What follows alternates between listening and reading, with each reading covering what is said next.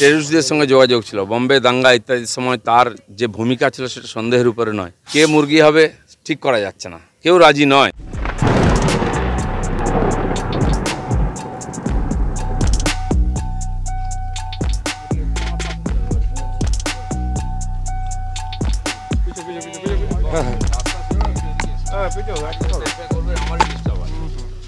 শরদ পাওয়ারের নাম প্রস্তাব করা হয়েছে। শরদ পাওয়ার রাজি না হলে গোপাল কৃষ্ণ গান্ধী অথবা ফারুক।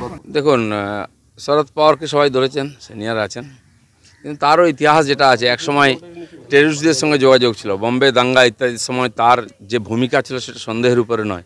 এরকম ব্যক্তি যদি দেশের রাষ্ট্রপতি হন, তাহলে আবার এই দেশেতে টেররিজম বাড়বে। আর এটা ঠিক যে বিরোধীরা আছেন, কোনো নেতা নেই। কে নেতা হবে, কে মোদির সামনে যাবে, কে মুরগি হবে ঠিক করা যাচ্ছে না, কেউ রাজি নয়। শরদ পাওয়ারের যা বয়স, এই বয়সে আর লোকে হাওয়া খায় না, কেউ ক্ষুদিরাম হতে চাইবে না।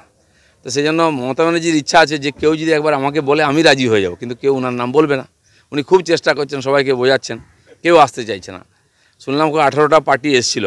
আমাদের পশ্চিমবাংলাতে এরকম 10টা পার্টি আছে যার কোনো প্রতিনিধি নাই। তারা বৈঠকে কী লাভ? তাদের এমএলএ এমপি কতজন আছে হিসাব করে দেখুন। Mamata Banerjee all India leader হওয়ার অনেক দিনের চেষ্টা করছেন, কিন্তু পাচ্ছেন না। এটা বোধহয় শেষ সুযোগ ওনার কাছে। দাদা, অন্যদিকে একটা প্রশ্ন, যেটা হচ্ছে সিবিআই এর প্রতি সাধারণ মানুষ কিন্তু আস্থা হারাচ্ছে। ভৎসনা কয়েকদিন আগে সিবিআইকে করেছে হাইকোর্ট, কালকে রামপুরহাটে কোর্টেও করেছে সিবিআইকে তদন্ত নিয়ে। আস্তে আস্তে যেটা বিজেপির থেকেও দাবি করছিলেন যে সিবিআই তদন্ত, সিবিআই তদন্তের প্রতি মানুষ, বিজেপি নয়, সারা দেশ চাইছে সিবিআই তদন্ত, কারণ আর কারোর উপর ভরসা নেই। কোর্টও চেয়েছে, তাই কোর্ট আদেশ দিয়েছে বলে তদন্ত হচ্ছে। যারা পশ্চিমবাংলায় মার্ডার হয়ে গেছে, আমাদের পার্টির লোক হোক বা টিএমসির হোক বা অন্য কেউ, সবাই সিবিআই বলেছে, কারণ যেটুকু আস্থা আছে সিবিআইয়ের উপরে। সেখানে যেহেতু কোর্ট এতে হস্তক্ষেপ করেছেন, কোর্টের অধিকার আছে, দায়িত্ব আছে সিবিআইকে দিয়ে কাজ করে নেওয়ার, আর সেটা হওয়া উচিত। কংগ্রেস আর বামকে নিয়ে মোদি বিরোধী ঐক্য গড়ে তুলতে চাইছেন মমতা, বলছেন এরকম বড় বিরোধী ঐক্য এর আগে হয়নি। কি বলবেন? আগে তো হোক, ইট কাঠ পাথর জোগাড় হয়েছে, বাড়ি কবে হবে? ওতেই তো সব আটকে যাচ্ছে। আমরা দেখতে পেলাম না সেই জিনিসটা। 19-এর ইলেকশনের আগে ওখানে বিরাট বড় র্যালি হয়েছিল, বহু নেতা এসেছিলেন, তারা কোথায় আজকে? তারা অনেকেই কালকের মিটিংয়ে আসেননি। সেই জন্য বিশ্বাসযোগ্য নেতা কেউ নাই। শরদ পাওয়ার একটু ছিল বলে তাকে ধরছেন, তিনি এ বয়সে আর চাপ নেবেন না। মমতা ব্যানার্জি যে নেতা হন, বা পশ্চিমবাংলার যা অবস্থা ভারতেও তাই হবে। রাজ্যের বিভিন্ন দাবি নিয়ে আজকে একটা তৃণমূলের প্রতিনিধি দল দেখা করবে, কি বলবেন? কার সঙ্গে? প্রধানমন্ত্রীর সঙ্গে। সে যান, চাটা খেয়ে আসুন, ভালো হবে, মায়ের মধ্যে পরিবর্তন হবে। দিদিমণি এই ঝুট ঝামেলা থেকে বাঁচার জন্য দিল্লি চলে গেছেন, ভাইপো ত্রিপুরা চলে গেছেন। রোজ রোজ ঝামেলা, এই টিভি খুললেই আপনারা সব উল্টোপাল্টা দেখাচ্ছেন। আমরা ধর্না দিচ্ছি, রাস্তার দুই ধারে এসএসসি টেটের লোকেরা পরীক্ষা দিয়ে বসে ধর্না দিচ্ছে। এটা কার ভাল লাগে? সকাল থেকে এই ক্যাচের ক্যাচের। কদিন শান্তিতে থাকার জন্য মায়ের মধ্যে দিল্লি বেড়াতে যান। 42টা লোকসভা কেন্দ্রে বিজেপির 42 জন পর্যবেক্ষক আসছেন। কি পার্টির এটা সর্বভারতীয় যে ব্যবস্থা আছে, গত বছর ইলেকশনেও, গত 18 ইলেকশনের আগেও, 19 ইলেকশনের আগেও 5-6 জন মন্ত্রী ছিলেন, যারা 5টা-6টা করে লোকসভা বিশেষভাবে দেখেছেন। মাননীয় নাড্ডাজি নর্থ বেঙ্গল দেখেছিলেন, আমরা জিতেছি।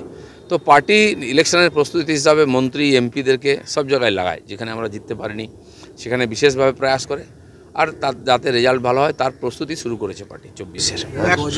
এক সময় বামেদের শওকত মোল্লা, পরে তৃণমূলের শওকত মোল্লা কয়লা কেলেঙ্কারিতে, এখন সিবিআই তাকে ডাকছে। কালকে বেরিয়ে বলেন এটা হচ্ছে বিজেপির উদ্দেশ্য প্রণীত রাজনৈতিক প্রতিহিংসা। শুনুন, যেখানে যত দাগি লোক ছিল, যত চোর ছোট্টা ছিল, সব টিএমসির মধ্যে এসে গেছে। পুরো পার্টিটাই 2 নম্বরই। আজকে যারা মন্ত্রী, শিক্ষামন্ত্রী, তাকে সিবিআইয়ের দপ্তরে গিয়ে প্যারেড করতে হচ্ছে। বর্তমান শিক্ষা প্রতিমন্ত্রীকে যেতে হচ্ছে। যদি এই অবস্থা হয়, এই স্তরের লোকেরা যদি আজকে পার্টি চালাচ্ছে, সরকার চালাচ্ছে, তো ভাবতে হবে যে পার্টিটা কোথায় আছে আর পশ্চিমবাংলা কোথায় যাবে। 100 দিনে কাজের টাকা দিচ্ছে না বলে সুর চড়িয়ে কেন্দ্রের বিরুদ্ধে প্রধানমন্ত্রী। গত 1 বছর ধরে আমি গ্রামে গেছিলাম, 6 মাস 1 বছরের লোকের জব কার্ডের টাকা বাকি আছে 100 দিনের। তখন তো টাকা বন্ধ হয়নি, কেন দেওয়া হয়নি? যারা কন্ট্রাক্টর কাজ করেছেন 2 বছর 3 বছর, তাদের বিল বাকি আছে, তারা কোনো কাজ করতে চাইছেন না। রাস্তা ভেঙে গেলে সারাই করার লোক পাওয়া যাচ্ছে না, কারণ জানে কাজ করলে টাকা পাওয়া যাবে না। সেই টাকা কেন আটকে রেখেছে? সেগুলো কে খেলো? সব কি পার্টি ফান্ডে গেছে নাকি পিকে দিয়ে দিয়েছেন? তার জবাব দিতে হবে তো, তারপরে নেক্সট টাকা আসবে। আমরাও বলেছি টাকা বন্ধ করুন। নাড্ডাজি এসেছিলেন, বলে গেছেন 3 বছর ধরে 100 দিনের কাজের হিসাব দেয় না গভর্নমেন্ট ওয়েস্ট বেঙ্গল, লুট করে খাচ্ছে, গরিব লোককে দিচ্ছে না। তার হিসাব আগে দাও, তারপরে বাকি টাকা আসবে। সোনারপুরের একটা পঞ্চায়েতের মানে প্রতাপনগরের পঞ্চায়েত, যেখানে 30 লক্ষ টাকার একটা রাস্তা বরাদ্দ হয়েছিল, কাজই হয়নি, অথচ পুরো টাকাটা তুলে নেওয়া হয়েছে। সোনারপুর নয়, এরকম একাধিক রাস্তা আমি উদাহরণ দিতে পারি যেখানে একবার দুবার করে টাকা অ্যালট হয়েছে, টাকা চলে গেছে, এক ঝুড়ি মাটিও পড়েনি। একাধিক পুকুর এরকম একবার দুবার কাটানোর জন্য টাকা খরচা হয়ে গেছে, এক ঝুড়ি মাটি তোলা হয়নি। এটা সার্বিকভাবে গ্রাম বাংলায় গেলে যে কেউ দেখতে পাবেন, লোকে বলে বেড়াচ্ছেন আজকে। এই যে দুর্নীতি চরম পর্যায়ে পৌঁছে গেছে, এই খবর আমরা বারবার তথ্য সহ কেন্দ্র সরকারের কাছে পৌঁছে দিচ্ছি, মন্ত্রীদের সঙ্গে আমরা দেখা করেছি। আমরা বলছি আগে হিসাবটা চান, তারপরে টাকা দেবেন। আমার মনে হয় সেটা শুরু হয়ে গেছে। আমাদের ভিডিও ভালো লাগলে লাইক এবং শেয়ার করুন। কমেন্ট সেকশনে গিয়ে জানান আপনাদের মতামত। আরও ভিডিও পেতে আমাদের চ্যানেল সাবস্ক্রাইব করুন এবং প্রতি মুহূর্তে খবরের আপডেট পেতে প্রেস করুন বেল আইকন।